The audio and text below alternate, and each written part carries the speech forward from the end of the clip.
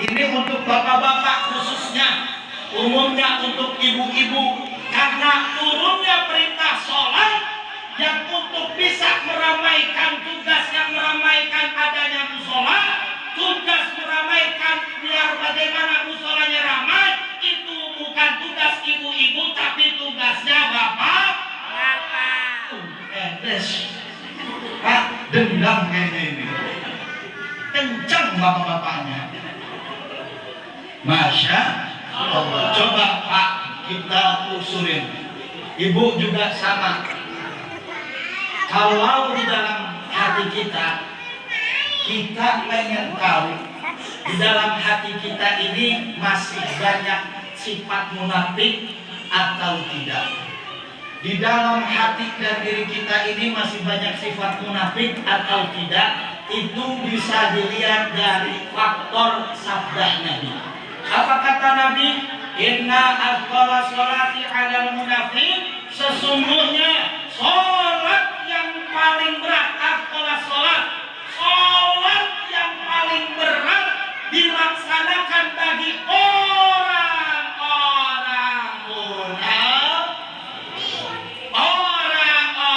munafik. Balik ke diri sendiri, munafik ke sini Bu, jangan takut. Orang-orang munafik siapa? Itu adalah alal munafikina sholatil isya wa sholatil fajr. Kalau kita yang laki-laki Pak nggak mau yang namanya sholat berjamaah di musola, rumah dekat, na'udzubillahi min dzalik, selangkah pun sampai, tapi nggak mau, berarti tandanya di dalam diri kita ini masih banyak kemunafikan. Berat kalau sholat isya, tandanya kalau nggak mau sholat bapak-bapak ke masjid, ke musola, berarti di dalam diri kita masih banyak sifat munafik. Karena cirinya orang munafik itu nggak mau bersama, nggak mau bareng-bareng, cirinya orang munafik. Makanya apalagi sholat isya aja berat, apalagi sholat subuh. Sholatul isya'i wa sholatul fajri, disitunya sholat isya dan sholat fajr. Apa sholat fajrnya? Sholat subuh. Kalau nambah bapak-bapak ini, kalau nambah iya semangat bapak-bapak ini. Barang ketika didengarkan as-salatu wassalamu alaik, morok Pak, langsung adus Pak, berusaha morok apa adus Pak? Morok dingin, belum mandinya, belum ininya. La haula wala quwwata illa billah. Bahkan istrinya nolak, yang marah siapa? Istrinya nolak ketika suami tidak mau, yang marah siapa? Ibu tak bapak. Apa lanjutannya? Lau ta'lamuna, andaikan. Ta'lamuna, kita tahu. Ma fihima, apa yang ada di dalam keutamaan sholat isya dan sholat subuh. La atau wala habwan, tidak akan pernah datang dan pasti akan datang, walaupun sampai datangnya dengan kaki yang merangkak. Nih, pelajaran untuk saya. Yang ngomong ini banyak munafiknya, yang ngomong ini banyak kotornya. Dari hati yang paling dalam. Siapa yang bisa melihat hati? Bu, siapa yang bisa melihat hati? Hanya Allah Subhanahu wa ta'ala. Maka ayo, enggak panjang lebar, ibu, bapak, kita telusuri. Ibu pasti suka pengajian, bapak-bapak juga suka pengajian. Saya enggak mau menggurui, tapi saya akan mengulang kisah kakek, seorang kakek tua rentak dan juga dalam keadaannya buta. Itu hidup di zaman Nabi. Siapakah beliau? Abdullah bin Abi Umi ada nggak Bu? Abdullah bin Abi Umi Iblis. Abdullah bin Abi Umi Maktum. Nih, khususnya untuk kita kaum laki-laki Pak, udah tua, rentak, buta lagi. Siapa namanya? Abdullah bin Abi Umi Maktum. Suatu ketika beliau mengeluh kepada Nabi dan bertanya kepada Nabi, ya Rasulullah,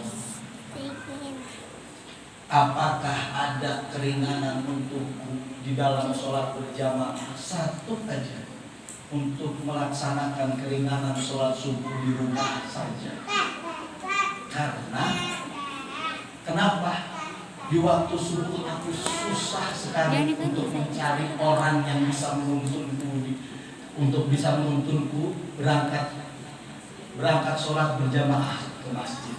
Tapi kalau duhur aku masih mudah mencari orang untuk menuntunku berangkat sholat berjamaah di waktu duhur. Begitupun asar, begitupun maghrib, begitupun isya. Nabi enggak melarang. Nabi enggak melarang, enggak ngebolehin, enggak. Tapi apa katanya? Kata Rasul, ya Abdullah bin Abi Umi Maktum, sami'tal munadi, apakah engkau masih mendengar suara adzan? Jawabannya Abdullah bin Abi Umi Maktum apa? Bala. Ya Rasulullah, selama engkau masih mendengar suara azan, laksanakan sholat subuh berjamaah ke masjid. Hebat enggak? Itu tua buta renta. Kita yang sebagai laki-laki seakan-akan sulit sekali untuk melangkahkan kedua belah kaki kita. Apakah pertanda ini dosa yang begitu banyak? Maksiat yang begitu luar biasa. Itu di zaman Nabi. Bahkan di zaman Nabi kalau ada orang yang nggak sholat berjamaah itu dilemparin api rumahnya. Bakar kebakaran gak kira-kira Bu? Kebakaran gak kira-kira Pak? Coba sekarang sholat subuh keliling deh Pak RT, Pak RW keliling. Subuh yang nggak sholat subuh ambil obor lempar, kira-kira kalau dilempar itu rumah dibakar, marah nggak? Marah nggak? Marah. Lebih baik biarkan daripada tersiksa di api neraka jahanam. Berani RT? Mana RT-nya? Ntar dulu begitu mah, mikir dua kali. Mikir dua kali, karena yang namanya menegakkan agama Allah itu tidaklah gampang. Difitnah, dicaci, dimaki, dibully luar biasa. Bahkan sang Nabi ketika tiap hari sholat subuh berjamaah di bumi Taif luar biasa. Tiap hari pengen melaksanakan sholat subuh di pertengahan jalan, Nabi diludahin aja tiap hari sama kaum kafir Yahudi. Tiba-tiba suatu saat ketika melaksanakan sholat subuh di jalan yang sama, itu yang biasa ngeludahin, itu yang biasa ngelemparin batu gak ada. Tiba-tiba Nabi bertanya, wahai sahabatku, saya heran pagi ini, kenapa subuh ini gak ada satupun orang-orang Yahudi kaum kafir Quraisy melempar dan meludah itu dengan kotorannya. Biasanya aku lewat sini ada saja yang meludah itu dan melempar dari setiap kotoran-kotoran. Dijawab sama sahabat, ya Nabi, sesungguhnya fulan bin fulan dalam keadaan sakit. Apa kata Nabi? Baik, setelah itu kita sholat subuh berjamaah, dari situ kita akan nengok. Coba kalau ibu, coba kalau bapak disakitin orang, nyakitin Nabi enggak? Ya, iya. Ngomongnya A, dibalasnya sampai Z, ya enggak? Betul. Masya Allah. La haula wa la quwata illa billah. Ya beginilah yang namanya manusia. Kita ini masih tulus. Masya Allah. Ahlikum naro, jagalah dirimu dan keluargamu dari api neraka. Gimana pengen ngejaga istri jauh dari api neraka? Gimana pengen ngejaga anak tercinta dan tersayangnya terjauh dari api neraka? Kalau kitanya sebagai imam, Pak, kalau kitanya sebagai suami, Pak, masih sangat belum pantas untuk membimbing istri dan anak. Karena sholat kita ini, Pak, masih berantakan. Karena cirinya orang munafik itu salah satunya sulit dan amat berat melaksanakan sholat isya dan sholat subuh berjamaah di masjid ataupun di musola. La haula wala quwata illa billahil aliyil azim. Maka ibu pun harus seperti itu. Ketika didengarkan suara azan, jangan ditunda-tunda ibu. Jangan ditunda-tunda ibu. Walaupun kewajiban seorang ibu tidak wajib untuk melaksanakan sholat berjamaah di masjid atau di musola. Kewajiban ibu adalah menegakkan dan mengikuti dari setiap perintah Allah Subhanahu wa ta'ala. Ketika didengarkan kalimat hayya 'alas shalah, aku sing jawab. Lah sing jawab nanti. Dijawab memang gemuyu. Apa jawabnya Pak Abu? La haula wala quwata illa La haula wala quwata illa billah. Apa artinya, Bu? Tidak ada daya dan kekuatan. Hayya 'alas shalah. Apa artinya, Bu? Ayo kita sholat. Mari kita sholat. Hayya 'alas shalah. Mari kita sholat. Setelah kalimat hayya 'alas shalah, apa lagi? Istilah hayya 'alal falah.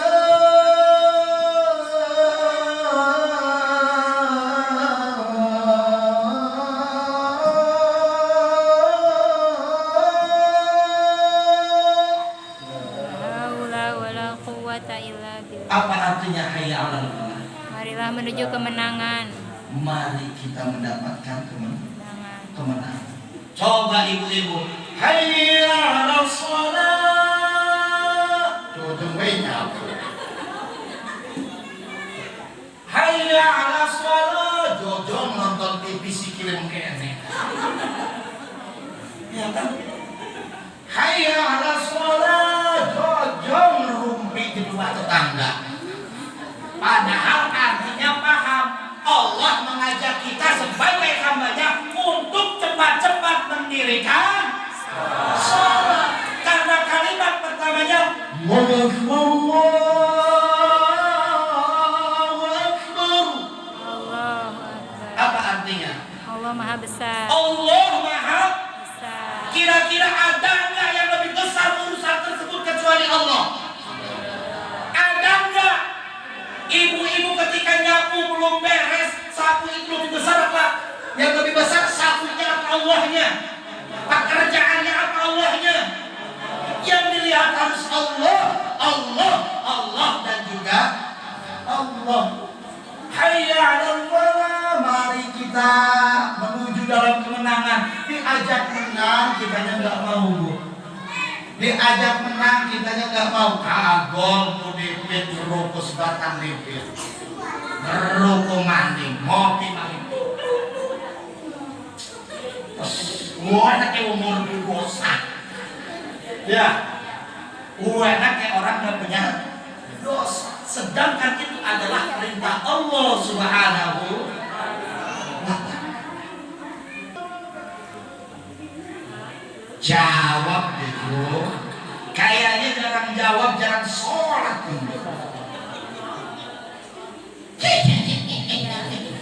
Oh, dijawab ngekek ibu. Apa jawabannya? As-salatu khairum minan naum. Jawab, Bu. Pak, jawab, Pak. Pak, oi. La